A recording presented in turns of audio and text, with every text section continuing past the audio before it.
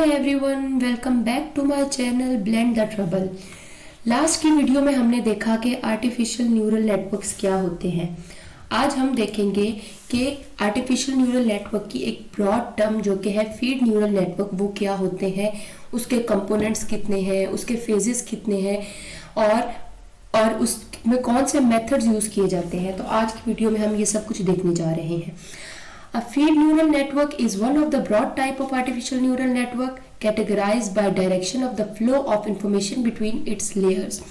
Its flow is unidirectional, यानी कि इसका जो ये इंफॉर्मेशन फ्लो करने का तरीका है, डायरेक्शन है, that is only in one direction and that direction is forward direction from the input nodes through the hidden nodes. अगर कोई hidden node है तो भी उसके थ्रू भी पास होगा and the output nodes without any cycles और loops.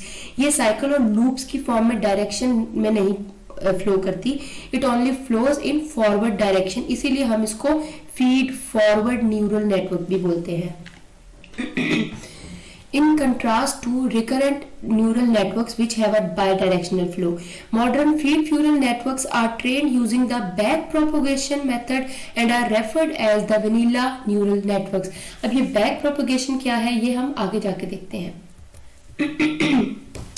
The simplest kind of feed neural network is a linear network which consists of single layer of output nodes. हमारी output nodes की एक single layer होती है, क्योंकि हम एक beginner level पे अगर फीड फॉरवर्ड की, वैसे तो मल्टी लेयर भी होती है लेकिन हम यहाँ पे अभी फिलहाल लीनियर नेटवर्क देख रहे हैं।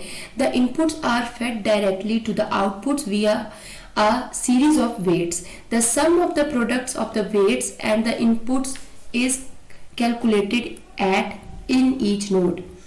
अब हम देखें इसका बेसिक फ्रेमवर्क क्या है। कुछ सेट ऑफ आउटपुट्स होते हैं, उनके साथ हम कुछ वेट्स अटैच करते हैं और ये एक फॉरवर्ड डायरेक्शन में मूव करती है। ये हमारी हिडन लेयर होती है जिसके अंदर हम अपने वेट्स को अटैच भी करते हैं और अपने वेट्स के, यानी कि इस हिडन लेयर में हमारी सारी प्रोसेसिंग हो रही होती है। Components of neural network: input layer, output layer, hidden layer, neuron weights, neurons और एक्टिवेशन फंक्शंस। अब बारी बारी हम इन सब लेयर्स को देखते हैं कि ये बेसिकली है क्या। इनपुट, आउटपुट और हिडन लेयर तो हम आर्टिफिशियल न्यूरल नेटवर्क में भी देख चुके हैं, लेकिन ये बाकी की क्या चीजें ये हम आगे देखते हैं। कंपोनेंट्स क्या है? Input layer, this layer comprises neurons that receive the input and transfer them to the different layers in the network. हमारी जितनी भी set of inputs होंगी वो हमारी input layer में store होंगी। The number of neurons in the input layer may be the same as the number of features or attributes in the data set. हमारे data set में जितने भी features होंगे, जितने भी attributes होंगे, वो सारे हमने क्योंकि ट्रेनिंग करानी है जब, तो हम वो उन सबको इनपुट लेयर में ही स्टोर करेंगे। आउटपुट लेयर जैसा कि नाम ही बता रहा है कि हमारा this layer is forecasted feature that depends on the type of model being build. हम जिस मॉडल को बिल्ड किया है, हमने जिस मॉडल को, उसके फीचर्स को ये फोरकास्ट करेगा, यानी कि रिप्रेजेंट करेगा। Hidden layer: the hidden layer are position between the input and the output layer. The number of hidden layer depend on the type of model. Hidden layer have several neurons that impose transformations on the input before transferring the weights in the the weights in the network are constantly updated to make it easily predictable. Neuron weight क्या होता है? The strength or the magnitude of the connection between the two neurons is called weight. हमारे जो दो neurons के दरमियान connection बनाने के लिए हम न्यूरॉन वेट अटैच करते हैं। The value of weight is usually small. जितना स्मॉल होगा उतना ही हमारा न्यूरॉन कनेक्टेड ज्यादा होगा। The value of the weight is usually small and falls within the range of 0 to 1।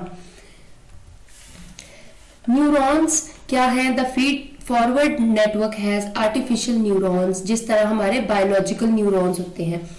The artificial neurons are the building blocks of the neural network. The neurons work in two ways.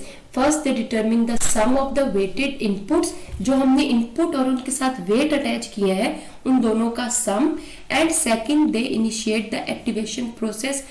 उस wait और input के लिहाज से एक activation process generate होता है, उसको भी ये न्यूरॉन्स हमारे डिटरमिन करते हैं। द एक्टिवेशन फंक्शन क्या है? कैन ईदर बी लीनियर और non linear. Weights are related to each input of the neuron. The network studies these weights during the learning phase. जब हमारा नेटवर्क लर्न कर रहा होता है, हमारा मॉडल लर्न कर रहा होता है, तब वो इन वेट्स को स्टडी करता है। This is the decision making centre at the neuron output. यानी कि हमारी जो डिसीजन होता है कि हमारा सपोज हमने कोई इमेज दी है, एप्पल की इमेज दी है, तो हमारा डिसीजन किस तरह होगा? ये हमारा एक्टिवेशन फंक्शन के थ्रू होगा। अगर हम एक एग्जांपल देख लेते हैं, one example of the feed forward neural network is a network use for image classification. हमने डिफरेंट इमेजेस दी हैं और हमने अपने मॉडल को या अपने नेटवर्क को या अपने क्लासिफायर को कहा है कि हमारी इस इमेज को क्लासिफाई करो। तो ये हमारी एक फीड न्यूरल नेटवर्क की ही एग्जांपल है। ये एक सुपरवाइज लर्निंग है। ये आप लोगों को एक मैंने शुरू में डायग्राम बताई थी, उससे मालूम हो गया होगा। Such a network takes an image as input and predicts the class label of the image, such as whether it contains a cat or a dog. अगर हमने डिफरेंट एनिमल्स की इमेजेस उसको दी हैं तो वो क्लासिफाई करेगा कि ये एनिमल कौन सा है। Once the network has been trained, it can classify new images by running them through the network and getting the predicted class label from the output layer. Back propagation क्या है? Back propagation एक ऐसा process है that is use to teach the network. हमारे network model या classifier को teach करने के लिए यूज किया जाता है। क्या टीच करते हैं हम? How to adjust its weights.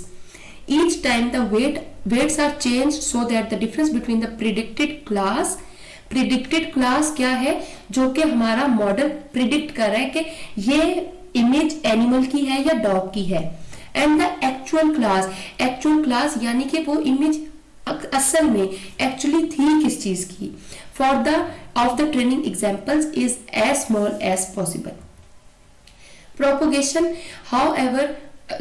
Back propagation, however, there are many more weights and it is important to assign credit correctly when changing weights. अब यहाँ पे हमने बैक प्रोपगेशन को कैलकुलेट करने के लिए एक फॉर्मूला लिखा है जिसमें ई हमारे पास क्या है, जितने भी हमारे एरर्स आए हैं वेट को एडजस्ट करते हुए, और ये तमाम हमारा एज इट इज डाटा हम डालेंगे। Phases of feed forward neural networks इसकी बेसिकली टू मेन फेजेस हैं। पहली है लर्निंग फेज और दूसरी है क्लासिफिकेशन फेज। अब हमारी लर्निंग फेज में क्या होता है? This is the first phase of network operation during which the weights of the network are adjusted. The weights are modified to make sure the output unit has the largest value. The feed forward network uses a supervised learning algorithm that enhances the network to know not just the input pattern but also the category to which the pattern belongs. The pattern gets modified as it passes through the outer layer until the output layer. The unit presents in the output layer will be different category. The output layer will be compared with the ideal values of the pattern under the correct category. अब classification phase में क्या होगी? The weights of the network remains the same. During the classification phase, the input pattern will be modified into every layer till it lands on the output layer. The feed forward network must be selected along with a list of patterns to perform the classification process. The classification phase is much faster than the learning phase.